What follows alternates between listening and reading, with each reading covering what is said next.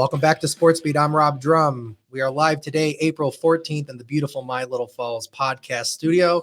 And I am joined by our producer, Dave Warner, the man who makes me sound better. And like I know what I'm talking about.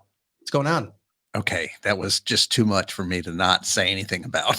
Come on, that's a softball. No, okay, all right. I'll let it fly. Yeah. I'll let it fly. No, you're doing well. You're getting better. Yeah, we are. Yeah. I'm getting better as the weather is getting better. So yes, there's that. Although we've got a cold stretch coming in here, so some Snow. 30s and snow. Yeah. I turned my heat off. Oh. That was a bad life decision. Mistake. Somebody who doesn't need heat. We are joined by a great guest today, Kyle Stevens. He is joining us on our conference video line. Kyle is a NASCAR photographer with TRE and KAS Photography, and is also a full-time fireman and paramedic down in South Carolina. How you doing? I'm doing well. How about you guys? You see, you don't have to worry about snow coming in because not right now. It does get cold. We do get a little bit of snow down here. I'm a resident of Charlotte, so there's actually plenty of us down here. Plenty of us Valley people, Northerners in general. But I mean, I can brag a little bit. It was about I think it was 82, 83 today. So it was a good day down here. So yeah, that's all right. We were doing 68. We're good. Yeah, we can hang with that. That's the same thing. Right. See, I would rather take that than summers here. Summers here are completely miserable. So I'm one of the rare ones that actually like winter. So and we have a mutual friend and who was already on the show, which was Tyler Head, and we were talking to him. And the last time we were talking to him, he was getting ready for NASCAR to come to his speedway in a couple of weeks, but they were getting snow. Oh my God. So leading off with the first question, just trying to see, because you're coming from South Carolina today. So how did you get from up here in Ilion in central New York to where you are now? Like, just give us a little recap of your story. Pretty much everybody told me to get out. So I kind of took that to heart a little bit. I've always liked the Charlotte area. Just for racing. I mean, I'm a huge race fan, grew up a huge race fan. So Charlotte was always kind of on my radar. And everybody told me to leave the Valley for better opportunities, and that the Valley will always be there if I ever wanted to come back. So I was looking in the Charlotte area at career fire departments. I tried to get hired in the Valley, whether that was Ilion, Herkimer, Little Falls, Utica, and nothing really panned out. So tossed an application down here to a fire department, came down for an interview, and they bit. So, I've been down here since February of 2016, and I really do enjoy it. It's, the Valley will always be home, and I do come back quite a bit. I'm back, probably, I would say anywhere between 6 to 8 times a year. So I still get my fill of, pizza and all that fun stuff. But, I make do. And I mean, like I said, it's definitely good to still be involved with as much as I am in the Mohawk Valley. And speaking of the Mohawk Valley, for those of listening only on the podcast and not watching the live stream that we have, behind you is a Utica College jersey. Oh, I have an entire plethora of stuff. So I got the Comets jersey. I used to race firematics for the Deerfield Hosebusters. Yep. So I've got my helmet, my old uniform up there. Down here, I've got the Syracuse shirt signed by Jim Boeheim with a game used lacrosse helmet and a few other things. So I brought the Valley here. So or just New York in general here. So you can take me out of New York, but you can't take the New York out of me. There you go. See, and then like you said, it will always be home, and this is still, 100%. You can for good or for better or for worse, the Valley doesn't really go anywhere. We stay here. And 100%. And I mean, it still amazes me, even though it shouldn't. But anytime I wear anything that has to do with Syracuse or something like that, anytime I'm in public, somebody always stops me, and we have a conversation on where we're both from, because there's just so many people down here. And there's actually a bar, in downtown Charlotte, or uptown as they call it, that is designated for Syracuse fans, because anytime there's a game on, they'll have it on, and all the Syracuse fans just go there to watch the game. So, it does make it a little bit easier that there's a bunch of us down here, that we're all kind of in the same boat. You've got a nice little social network down there, and Oh, there's 100. always there's a lot more going on at least down there to some degree than there is up Yeah. here. So Yeah. And I mean, again, it's just a small world. There's actually a gentleman from Ilion who actually lives in the fire district that I work in Fort Mill. So he, him and I keep in touch, and it's just a small world, but it's just like, all right, cool. There's, another local kid that's, here in the same boat as me. So it's definitely, definitely pretty cool. So jumping into sticking with the how you got there thing, Yeah. you're first responder when you were up here. You're now obviously a first responder with the fire department that you Yeah. work with down there, Yeah. and you're a NASCAR, fan aficionado. And how did you get plugged in doing the racing? I know you have a car that you can race at your local speedway, but how did you get plugged in a little bit more to the photography end of things? Yeah, you mentioned him earlier, but Tyler, Tyler is the sole reason I got into it. He and I were best friends in high school. We actually met in English class in Ilion, and sat next to each other and realized we had a mutual love for racing in general, but NASCAR. And when we graduated high school, he ended up obviously going into media himself, and worked for a news outlet out of Watertown, and got a random message from him one day saying, "Hey man, I'm getting media credentials through the news station. I'm going as a reporter, but they put a photographer on there as well.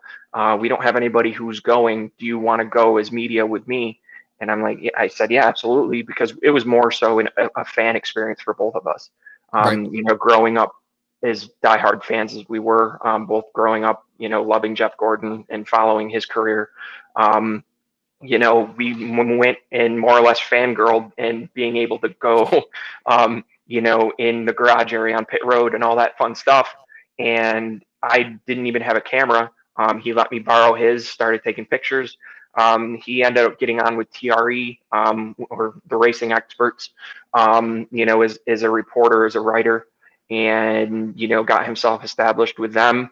And, once he was established, he threw my name out there, and had a quick interview with them over the phone. TRE's lead writer, owner per se, is his name is Dominic Aragon. He's from New Mexico, and he took me on right away, and I've just kind of progressed from there. And it's easy for me because I'm living in Charlotte. I'm within 5 to 6 hours of a plethora of tracks that I can go to, non-COVID times, anytime that I want, depending on credential availability. So it's definitely something that I've gotten thrown into. But I've met a lot of great people out of it, and have a lot of good friends in the sport now that I never would have had if it wasn't for Tyler. And, I solely have to credit him for, the experiences that, I've had through this. What's the coolest, or maybe not the single, if you can't pick out one, but when you think about all the things that you've photographed in NASCAR world, what takes like, your favorite moment or your top three kind of thing, Um, whatever you got? I can't really say it's a moment, but I don't get paid for this. I don't get paid to do the NASCAR stuff. It's more or less I get media credentials, and can go shoot, and it's more of a hobby right now for me. But since I don't get paid for it, since I'm not, hey, you need to take, yeah, and pretty much I can't focus. I don't focus on one thing. Like, hey, you need to focus on all the Chevy teams, or this person, that person. I try to more or less focus on the family or the human aspect of the drivers. Sure. Obviously the racing side is cool and getting crashes and stuff like that, but most of these people are in most people's eyes superstars, and see them on TV, the popularity, like almost kind of going through the motions, robotic, like they don't see the human side of these athletes. So, I mean, one picture that I can think of is it was just before the Coca-Cola 600 a few years ago. I got Austin Dillon sneaking up behind, and I don't know if it was somebody he was related to or just a random child that was in the infield during driver intros, but I got him sneaking up behind the kid, grabbing him, picking him up, and spinning him around like, a father would do to their kid. I was there for Jeff Gordon's last race at Watkins Glen, being able to experience that with his family. And, more or less, I just try to focus on the human side of these drivers because that's not something a lot of people get to see.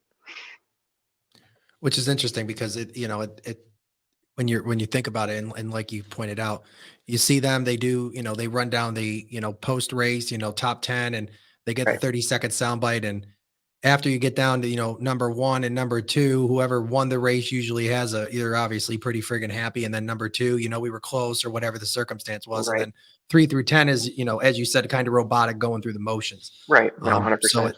it's cool to see what happens before and what happens after, as you Right. have pointed Right. out. And even just how hectic it is for them because, there's points where their PR person is literally trying to drag them away from something because, hey, we have this obligation and that obligation. And it's like, just like I said, just trying to see the human aspect of the drivers is big for me because nobody ever focuses on that.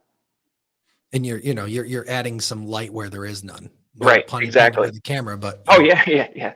No, 100%. And it might lead to something one day where, eventually it could be something that I get paid to do. But as of right now, I'm just enjoying it as a hobby and just trying to do what I can. right. And you get a good seat for it too. So Oh, 100%. It's still something that's surreal to me because even me being, watching it on every Sunday or Saturday night, being now involved in it where I'm always on pit road in the garage in the media center, all these places that I feel like I shouldn't be still. And it just, I sometimes just sit there in awe, like I'm not supposed to be here, but I am, right. so it's still cool. It's still a surreal experience like that for me too.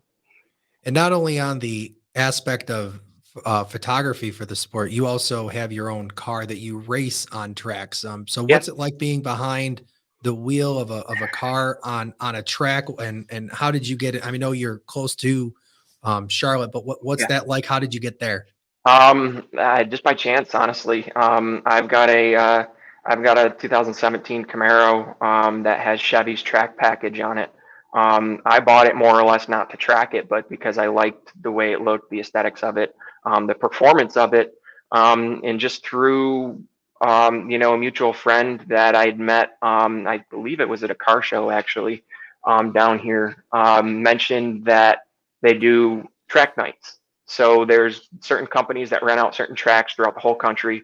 There's different companies that do it, but I focus on the one that I do, which is SCCA. It's their track night in America. So it's my daily driver. It's the car, and that's what the car is meant to do. It's meant to drive on the road, go track it, and then go back home. So so far it's been a pretty cool experience. I've again met a lot of good people, a lot of some of my friends that are involved in the NASCAR world I've met at track nights. So right now I've only raced at Charlotte. We tracked the Roval layout. So it's surreal to me that I'm able to drive the same course that the NASCAR drivers do. One of my really close friends is an engineer for William Byron on the 24 car, and he has the same Camaro that I do. And we met through the track night, and he takes the data from my car, plugs it into his NASCAR software, and is able to compare both of our cars. Or okay, you're letting off here, you're doing this, you're doing that, all within a few minutes. That is uploaded to his computer. And there's actually a few corners in the infield section that my car is actually faster than a NASCAR Cup car, which is actually pretty cool because it's like Nice. I have this is my daily driver, which is again meant for performance, but at the same time it's like okay, we're actually at points faster than a legitimate $500,000 race car. So, it's still pretty cool. I'm going to start branching out a little this year. Actually, I had a track night in March. I want to go to Road Atlanta, Daytona, Virginia, or VIR, which is Virginia International Raceway. My bucket list track is Watkins Glen. Unfortunately, the group I run with doesn't do Watkins Glen right now, but it's meant for fun. There's really no competition behind it. It's just meant to get your car out on the track and go have fun. But I'm probably one of the most competitive people you ever meet. So I always compete against myself in the clock. So it's just me trying to get my lap times down as quick, or and go as quick as I can. You'll have to see if one night Tyler will leave the back gate at Atlanta open for you. And I've tried. He can easily get me out there on the track. It's just my car is meant for left and right turns. So going through the banking and stuff like that, I have to be careful. So right. There's a lot of people that I come in contact with on the highway that want to that pull up next to me and want to drag race, and I learned my lesson when I had my first Camaro up there. So I'm not one to do that anymore. I was 2.5 days into my first Camaro and got my first speeding ticket. So that I can learn my lesson. I learned my lesson real quick on that one. But and that's why I do track days, so I can actually go do that and push the car to its limit and realize what the capabilities are of that car. So I've since put a harness setup in it and stuff like that. So at least I have a fighting chance if I do pile it up. So so it's definitely a cool experience and a cool thing to do, because even up there it's not something a lot of people get to experience. So right. I'm again very fortunate to be able to do that in the photography gig, and just I've definitely been blessed with a lot since since moving here. And being up here, you don't really have so much the ability. I mean, Watkins Glen, I think, is the closest NASCAR track, but in central New York, you got Fonda one way and you got the Utica Rome Speedway the other way. Right. Luckily, the Utica Rome Speedway is going to be saved, but again, there's a stark difference between dirt tracks and riding on one that's paved. Right, 100%. And I mean, Lime Rock is right down the road, right over the border into Connecticut. They do the track nights that that I do, so that's always been on my list to come home and then just drive out there for a little while to track my car there too. But when I first moved here, I was saving a lot of money, and I knew the possibility of moving was a thing. So it was either my moving money or my race car money to buy a dirt car to go racing at Utica Rome. So unfortunately, we see which way that went, but that was in the possibility. That was in the realm of possibilities for me as well. And again, like you said, if you ever do come back to do anything, hopefully with some of the recent developments, especially at the Utica Rome Speedway, it's not going anywhere, and Fonda is no. And I actually helped a driver with his car at Utica Rome for a few years before I moved here. So I'm very familiar with Utica Rome. I've seen a ton of races there. Aaron Jacobs is his name. I'm not sure if you know Aaron by chance. He lives over in Schuyler area. But I helped him for a few years with his dirt car. So, and that's the other cool thing too, is when I was helping him, is Stuart Friesen was pitted usually probably 5 trailers down from us. So getting to see him race and all that, and now seeing him in the truck series and being able, because him and I had I don't even say even want to know. I know him. He doesn't know me, but we've talked a few times at Utica Rome before he even got into the truck series. So now being able to, shoot him in the truck series and get photographs of him, which I send to him and Jess for whatever they need to, whether they use it for publicity or not, being able to do that for somebody who's local is pretty cool too. Nice little full circle kind of thing. Yeah, exactly. What's your just curious, what's your fastest speed in your Camaro on a track? I'm not going to ask on for the road, but on the track. No. This fully encompasses all of that. So my top speed is 151. I hit that at the back straightaway on Charlotte, but when I get it to Daytona, I'm probably going to break that.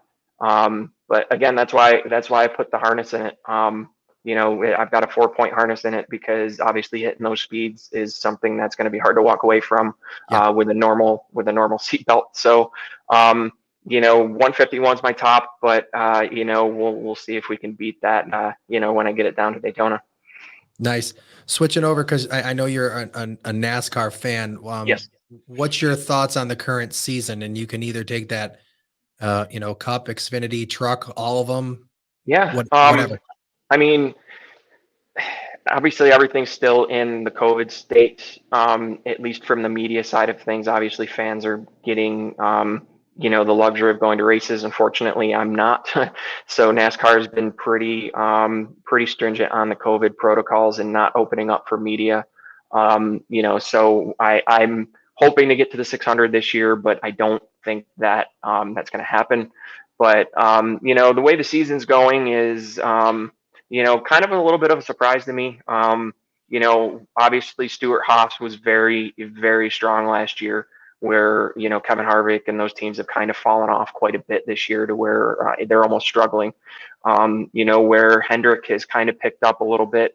And obviously I'm a little biased because, like I said, one of my best friends is, an engineer for Hendrick. So, I'm hopeful that they can, pick it up a little more. Obviously William, has won already. So, it's just been, again, kind of still in the COVID state to where, they are showing up, racing and going home. I think a lot of things will change once the drivers are able to practice, qualify, and do, kind of get back to normal. But it's been a little, like I said, a little bit of a surprise with how much, Stuart Haas has fallen off, with how much Hendrick has picked up. Obviously, Joe Gibbs is still, the force that they are. But again, we were supposed to get the new car this year, but obviously COVID kind of tanked that.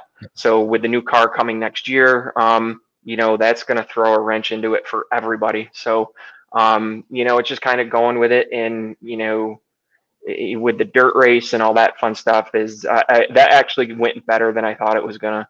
I figured it was going to be a crapshoot, to put it in light terms, but it actually turned out pretty decent of a race. So I was even shocked by that, but I thought it was more, in the beginning, more of a gimmick than anything, but it actually worked out well. So, that's coming back next year as well. So, I personally don't have high hopes for the new car next year. So, I think taking in what they have to offer this year is, something everybody should kind of look at, because it's going to be drastically different next year. What, and jumping around here, why do you have the feeling that you do about the new rig coming out? My inside sources.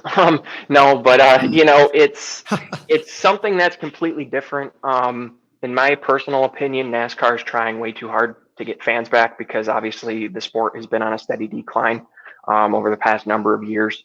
And I'm not sure if you're familiar with the V8 Supercar series in Australia, but pretty much you're getting a V8 Supercar just with NASCAR next year. They pretty much have taken, what the basis body style and all that fun stuff of a supercar and put it on track for next year. From everything I've heard, is the car handles great on road courses, which is what a V8 supercar does. It's a road course car, and handles terribly on ovals, which is going to be a good product, I think, for the fans, because you're going to have more crashes and stuff like that, because they just drive absolutely terrible. There's a lot of changes that are coming out with this car. The one change I don't like is at least right now, the engine package is going to be, I think, 550 horsepower.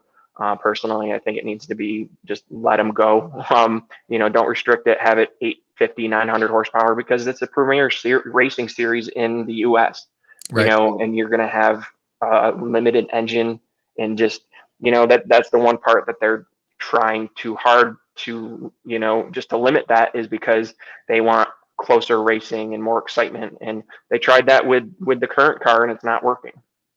And I mean, and not so much the car aspect, but the fundamental changes of NASCAR. And I remember when they were talking about going to stages, and people in NASCAR were trying to prop it up as being a good thing. They were going to break up the monotony of a whole race and everything. Right. And all it really was a smokescreen to plug into fantasy, because they were the last major sport to plug into that. And that's really the only reason. And I say that as a layman, but that's the only reason they did that, was to plug in. Right. So, and even to take that one step further, is I almost think that was more of a gimmick that Monster put on, because I'm sure you remember Monster was the primary sponsor of the sport for a couple of years. And Monster came in and changed a whole bunch of stuff and then left. So I think that was more of a gimmick from Monster to try to get a younger crowd in and try to hype it up a little bit. And has it worked? Kind of. It kind of, gives a little bit of a break. Honestly, if there's the way the car is built right now, the way that they put the bodies on it and stuff like that, creates a lot of issues with the racing in general. Pretty much as soon as the leader gets the lead and is in clean air, he's gone, because the dirty air behind, all aerodynamic stuff, but the dirty air behind the leader, it makes the cars behind him, so terrible to drive that, it's just, they can't keep up. Which NASCAR's tried to work on a little bit with the bigger spoiler and stuff like that. But again, I think it's all just, they're trying too hard. Go back into the mid 2000s when the NASCAR guys call it the Twisted Sister, but it's the car that had so many weird body angles on it and stuff like that, where the NASCAR let the teams kind of not bend the rules, but work a little bit to make the car faster. Where everything now is, the bodies in the box that they're put in is so small that the teams have to work on the airflow underneath the car to give themselves an advantage. So, like I said, it's just, they're trying way too hard. And in my own personal opinion, is they just need to relax, listen to what the fans want, and just, go, I don't want to say live in the past and go back to what we had, but at the same time, there's different ways and better ways to put a show on and have a better on-track product. And unfortunately, they're not doing it. What do you think is the most important thing, or, top 3, 5 things NASCAR can do to bring fans back? Because I mean, growing up, I was in a somewhat of a house where NASCAR was talked about by, uncles and stuff like that, but it wasn't the every week kind of thing like you had exposed yourself to. Right. And then they talk about the changes in the rules, the changes in the cars. A lot of the old timers are gone. So for people that aren't currently plugged in, what do you think NASCAR needs to do to bring them back? My first thing is create the spectacle again. I've been going to races since 2003. Since 2006, I've been going to Watkins Glen every single year. And, Tyler, as we mentioned previously, has been going with me to Watkins Glen, I think since 2008, 2009. When we first started going, there was more of a fan aspect. So there was the speed stage at every race where, that was a lot of, fun. But, a lot of people wanted to go to the speed stage so they can get on TV, like, hey, call somebody on the phone and just be like, hey, go to this channel or go to the speed channel, I'm on TV, and look for me, and you wave at the camera and all that fun stuff. But Friday nights you'd have Trackside Live, where they would do a whole hour-long show, have drivers come up, driver who would stay after the show and sign autographs. Saturday you'd have a few speed things. Tyler and I were actually on a NASCAR game show on the speed channel as well. So they had stuff like that. And then on Sunday you had NASCAR race day, and they would have drivers and interviews and stuff like that. And then obviously, switch over to the main network for the race itself. But that's one of the things I think that they need to bring back is, something to draw the fans back to make it fun. When I was going to Watkins Glen in the beginning, we would show up Wednesday and leave Sunday after the race. There was something going on every day. It was a longer weekend to now where NASCAR is. They want it to be shorter weekends, show up Saturday, practice, qualify, then race Sunday and go home. I think going back to the longer weekends would be a better spectacle for people, because they can make an actual weekend out of it, to where, you have right now on Saturday, you have Xfinity. If truck is there, then it's worse. But, you have practice, qualifying, Friday, Saturday, Sunday, go home, where, like for the Cup Series, for example, Watkins Glen, they had one practice on Friday, qualifying on Friday. They had one practice on Saturday, and then the race on Sunday, to where it was more spread out, to where people didn't have to be at the track 24/7. They could go to the merchandise haulers and go get on the speed, get on the speed stage or on the speed channel, and just do that again to create, because, and realistically, you look at the TV show and see a crowd of people having fun, yelling, waving, enjoying themselves, and you personally are like, I want to go do that. Right. So you go to the race and get on TV and be in that. That's one of the things that I think needs to come back again. That they need to work in the TV contracts and all that stuff, whether it's the Fox Sports 1 stage or the NBCSN stage or something like that, just to get that back.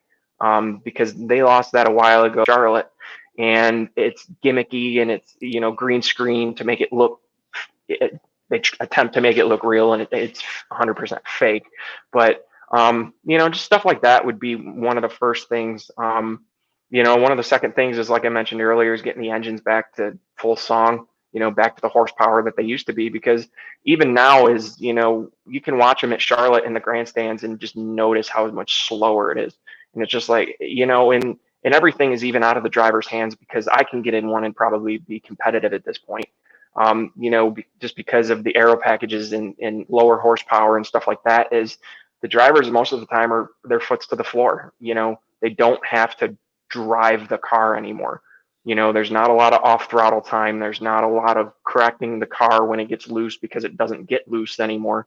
The back end doesn't step out, and don't get me wrong, I don't want to see drivers hurt, but there's not many crashes anymore, many mechanical failures, stuff like that, because there's not wear and tear on these, on the cars anymore, because they're not performing at what they can perform at. So those are a few things. And they're broadening their horizons finally. But the next thing is going back to the tracks that they used to go to. When NASCAR started getting big in the late 90s, early 2000s, we need to go to bigger cities because there's more people there. Well, it didn't work. You go to tracks like Texas, Las Vegas, which again are all the same type of track anyway. When you abandoned the North Wilkesboros, the Rockinghams, where if you even look at the NASCAR schedule right now, is the races that typically sell out are the races that are in the middle of nowhere. Watkins Glen, for example, sells out almost every year. Darlington almost sells out every year. Those tracks are in the middle of nowhere. And when they took off to go to the bigger cities, you abandoned what made your sport. You abandoned the fans in the Rockinghams, the North Wilkesboros of NASCAR. And granted, yes, I understand that, in the Charlotte area, you have, North Wilkesboro is an hour and a half away. Charlotte is obviously here. Rockingham's an hour and a half away, and Darlington's 2 hours away. So you have a lot of races in a small area. But at the same time, those smaller areas don't have big sporting events. So, go back to those tracks, because those tracks are unique in themselves. So the racing and on-track product is going to be good, but you're also going to get the fans back, because one, they want to see that on-track product, but two is the people in those areas don't have the major sporting events, but that's also what made NASCAR, was the small town tracks. Yeah, and unfortunately they were, sacrificed to the almighty dollar and what they thought they could do in a media market that was bigger, and now you're seeing the side effect of that. 100%. Jumping over to drivers, Yes. what drivers are you watching this season? I know you mentioned, Jeff Gordon. Obviously, he's in the booth now on Sunday. Right. So who do you follow? What drivers do you follow? Or are you just more a fan of the sport at this point? Honestly, I'm more of a fan of the sport at this point. Obviously, as you can see over my shoulder, is I have a William Byron poster in the background. But I took that. So that Nice. I follow him just because obviously one of my close friends is on the team. I have the luxury of knowing most of the guys on the pit crew, so I tend to follow him. He's a good kid and all that, but it's just not the same following that I had for Jeff Gordon. So most of the time I follow him just because I know the team. So, I want them to win so they get the benefits and all that fun stuff, and just to win. But realistically, like I said, I'm just more of a fan of the sport at this point. Another close friend of mine is the lead engineer for one of the Xfinity teams. So, I tend to root for that team. So, so he can benefit and, obviously have the win under his belt as well. So, and obviously in the truck series, Stuart Friesen, just because he's the hometown kid. So I can't even say kid because he's older than me, but, so I'm more of just a fan of the sport in general, but, I'm more of a fan of just racing overall. It's just, NASCAR is at the top of the list for me, but, I follow more than just that. So, it's just, and that's the thing too, is just having the opportunities to photograph those other racing series as well is pretty cool. So, I try to keep an eye on more than just NASCAR as well. So. What do you think it's going to take for NASCAR to get back to its roots? Because you said that they're growing, they're kind of coming back down to reality. You Yeah. talk about the new cars that are coming out, so obviously Right. they're going back into a change, maybe go more road than oval, which is going to cause a Yeah. problem. Yeah. And I agree with your point that you could really put just about anybody that's a decent driver behind some of these cars and within a short period of time have them somewhat competitive just Right. because of the nature. Right. They've taken the strategy of being a driver. Like, you don't need a Jimmy Right. Johnson anymore. You don't need a Jeff Gordon anymore, who Right. understands, this corner you got to do this, but that corner you got to do that, and this is the best Right. space of the track because the car's going to drive itself. Right, 100%. And I mean, even and I know you're into it a little bit, but that's my feelings on F1 is I can jump in Lewis Hamilton's car and probably go win Yeah, because it's more of a machine than man at that point. Where that's where NASCAR got its roots from is, more man than machine and how talented you are. And NASCAR has kind of lost that a little bit. And the new car I will say, is going to fix that. From everything I've seen in car video and stuff like that, is it's going to be way back into the driver's hands now. But again, I just don't think it's going to be the set all be all that they're looking for. But it's like I said, it is. I'm hoping that they can kind of reel some people back in here. And the main reason they're doing the switch too is they want the cars to look even more so like something you would get on the showroom floor. Because that's what NASCAR started as, is race on Sunday, buy on Monday. So, right. so that's kind of what they're looking to do, is they want everything more showroom quality. But I'm hopeful that it'll work. It's just, I'm not going to get my hopes up either. Yeah, you because at this point, and sometimes, and I don't know. Well, it's our podcast. I can say whatever I want. Sometimes I wonder what the front office is inside NASCAR thinking, because sometimes they become, and you see it with all major sports lately. First off, it's what's the almighty dollar in a contract with the TV company Right. telling us. Number two, what are the sponsors saying? Number three, what are the major owners saying? Then it's Right. what are the minor owners saying? Then Right. it's talking about the people that are in there, and then fans are somewhere down towards the bottom. Right. So they become totally tone deaf on, and everything. Oh, 100%. And I mean, me personally is, from everything I can gather too, is there's a lot of people involved in the sport that are kind of kept out of it as well. There's a lot of people in the NASCAR community that don't know the decisions and why the decisions are happening. And personally, it very well could be something where somebody's kind of putting a little bit of money in and being like, hey, if you kind of do this or, kind of do that. And that's just my own personal opinion. I can't say for sure that's something that's happening, but, that very well could be. It's just some of the decisions that the sport has made, I will never understand, but I don't think anybody will except the people that made them.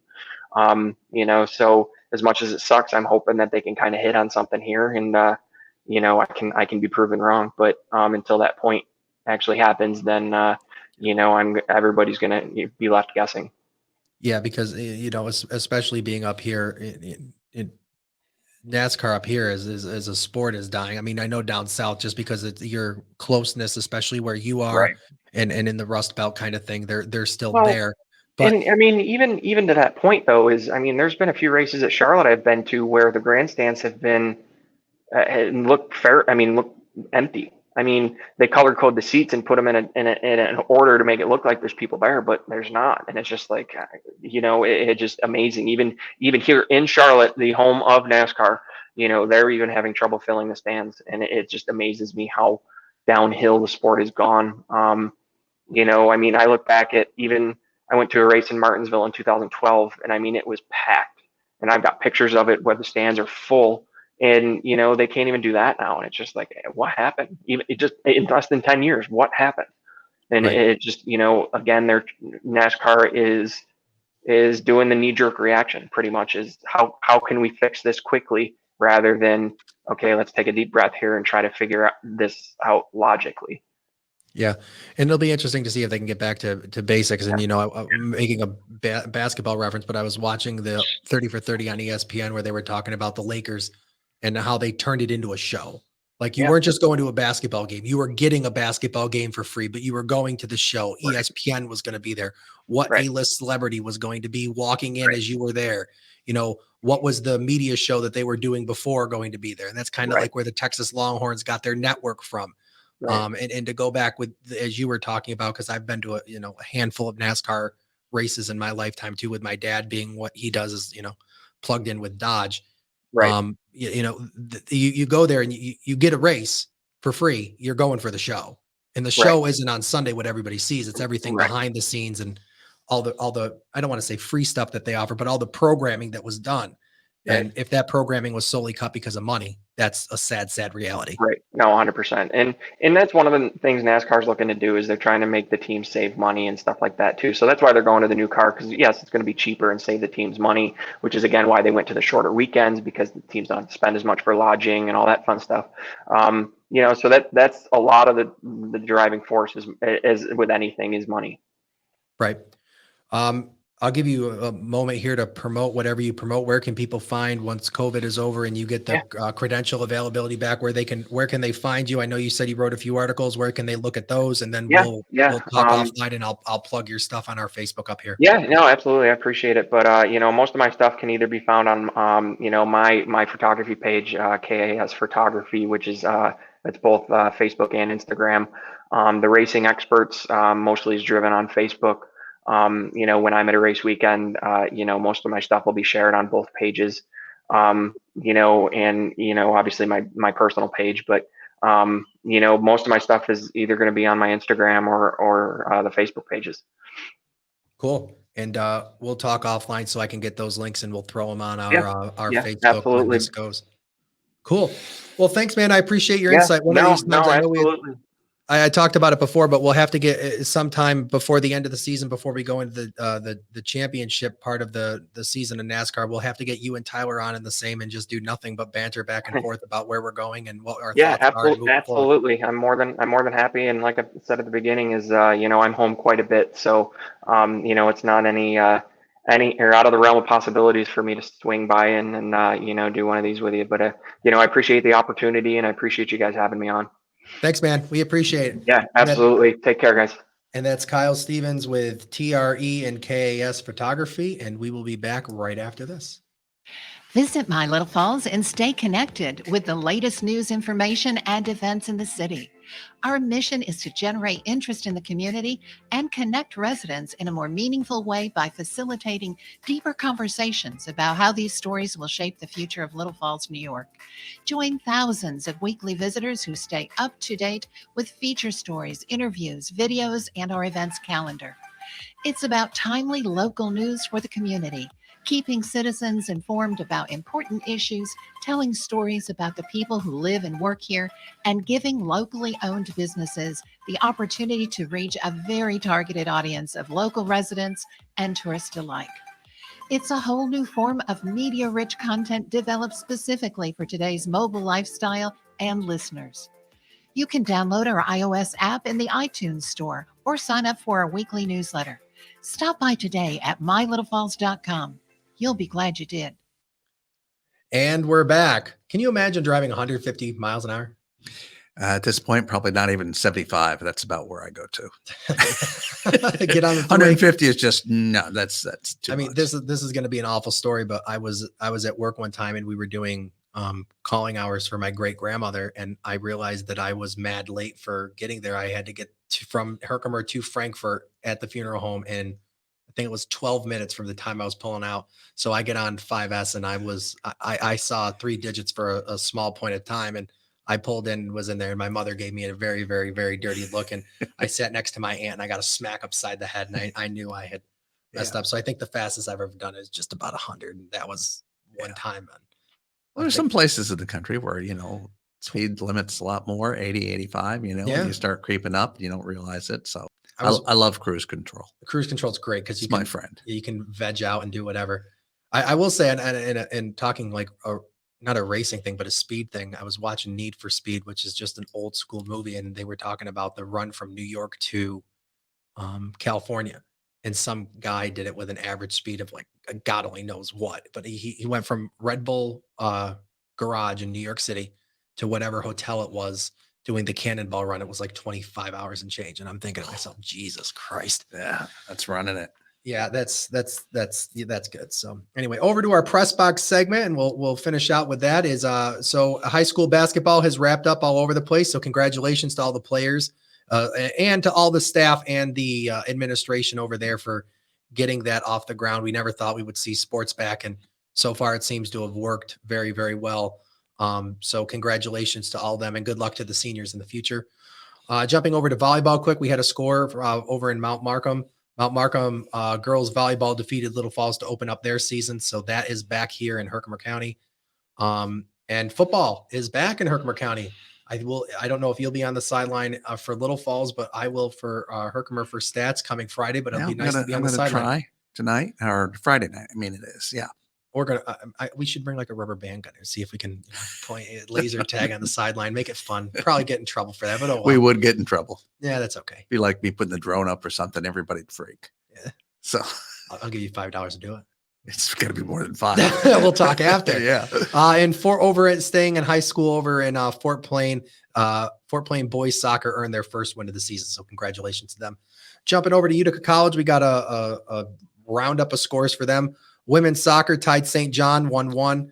And again, these are all Utica College scores. Their field hockey team takes the loss to Hartwick 2-1. And baseball doubleheader with Houghton. It was a 2-2 sweep in their last 4 games. So it looks like they're lining up who they're playing just as a little bit of strategy there. Ray Biggs is probably having fun over there, figuring out where, why, and how. Men's soccer took the loss against Nazareth with a score of 2-1. Women's soccer wins in penalty kicks, 3-1 over Houghton and the Empire 8 first round championship. So congratulations to them on their advancement, and we wish them continued good luck. And the men's basketball team takes home the Empire 8 championship trophy. They played Naz, I believe it was either Friday or Saturday, and the final score there was 69-59 to take home the trophy. So good for them. Saw some pictures on Facebook. Looked like they had a great time. It was obviously great to see local doing well. Jumping up to Herkimer College, the baseball and softball teams stay absolutely dominant. Starting off with baseball, they did a doubleheader yesterday with Utica College, and they split the day with a one win and 1 loss. They improved to an overall record of 12-4 with a 4-0 in conference, and they're perfect on the road still with an 8-0 record. And softball continued their campaign of perfection against Cayuga as well, winning both games over the weekend in their doubleheader. The scores of the game was 13-4 for game 1 and 13-4 for game 1 and 9-1 for game 2. The girls improved to a 12-0 record with 4-0 in the conference. Absolutely dominant. 4-0. Believe it. Yeah. Nuts. And they're I don't know when their season's ending, but it doesn't look like much of the competition for them. And good for them. I'm glad to see PJ and Raz having great success with their teams up there. Staying with Herkimer, jumping over to soccer, the men and women's team both were in action against MV over the weekend, and both teams took the loss with a score of 3-1 each. So kind of weird how that all panned out, but okay. Hopefully they can come back and put a season together just as good as the baseball and softball teams. Staying with Diamond Dawgs here in Little Falls, continuing to get closer and closer to game day. They announced this week that Chris Ezzo will be back for his 10th season with the team. He is going to be game day operations and clubhouse manager, working with Chris. So proud of you, buddy. Congratulations. Happy to see that you're back there. Know you absolutely love and embody the passion of the Diamond Dawgs. So good for you. And we'll see you on the sidelines, and we'll have to get you guys all on here at some point and talk Diamond Dawgs and what they're seeing. That'd be fun. Yeah. Jumping quick over to professional, IndyCar returns this weekend. I'm pretty happy about that because as Kyle kind of hinted to, I'm an IndyCar and Formula One fan, so it's good to see that. They're on NBC in Alabama. Qualifying starts on Friday. NFLers continuing their pro days for all of the coming drafts. I know earlier today I was listening outside and Scott was talking about the NFL draft being, the trade deadline being a mess. Well, the draft for NFL is also a mess because moves and chess pieces and things falling and this trade and that trade and blockbuster this. And I'm sure all the people that are trying to prognosticate where things are going to go are probably just scratching their heads saying, why am I wasting my time doing a mock draft? Better them than me. And over sticking with the NASCAR theme of the day, Martin Truex outlasted Denny Hamlin at the paperclip after a rain delay and a wreck that turned Martinsville into a parking lot, which was a crazy race. So all of you who watched the race over the weekend, you understand what I'm talking about. And I am a Yankee fan, and all you Boston fans will hate me for it. And I take that hate with pride. But Boston currently leads the AL East. Boston's in the lead, and the Yankees, the Orioles, the Rays, and the Blue Jays are all 2.5 games out. But I'm hopeful that, come October, Boston, you're out. Zach Steele, who was on last week, is a big Boston fan. We've been jabbing back and forth, and I can't wait till we get ahead and we're the leader. And yeah, anyway, as we go through, coaches and staff, please remember to include us in your sports reporting at sportsbeat@mylittlefalls.com. For updates and highlights throughout the week, find us on Facebook at Sportsbeat with Rob Drumm. For all your local sports, news, and our podcast home, find us on mylittlefalls.com. For Rob Drumm here with Dave Warner, we'll see you next week.